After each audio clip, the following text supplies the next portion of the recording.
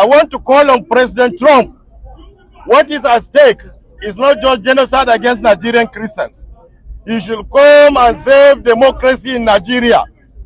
Democracy is under threat. I'm calling on all other developed nations, all advanced democracies, come and save Nigeria, come and save democracy. Because I cannot understand how a serving minister of the Federal Republic of Nigeria will be leading talks, armed talks, and then with the active connivance or support of the police to come and create mayhem here. I have said it, we are willing to lay down our lives to protect our office, to protect our democracy, to protect our mandate. So Nigerians, you are watching what is happening. International community, you are seeing the threat that Nigerian democracy is. Come and save us. Come and save us. Thank you, sir. Oh my God! Oh my God!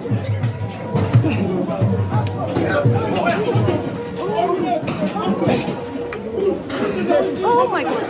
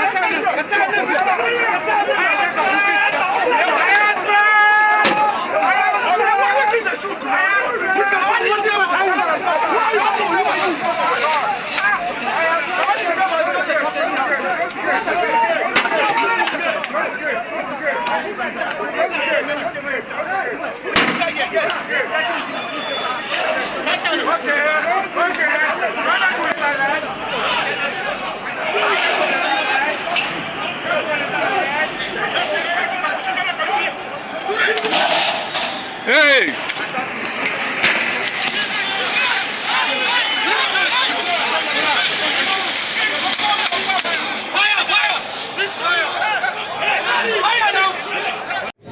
From Justice Omotosho that the People's Democratic Party cannot hold any convention. You got the first one. The second one, which was from a case filed by former Governor Sule Lamido. What did the court say? No convention.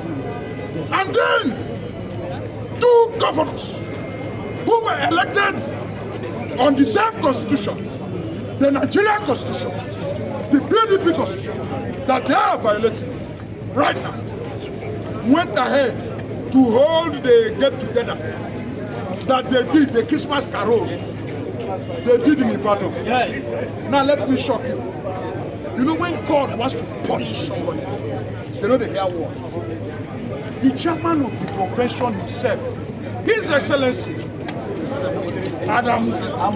Amadu Fiti, thank you, openly stated there that the INEC is not present. And if INEC is not present, whatever you are doing in relation to anything involving party is null, and INEC recognize the court order.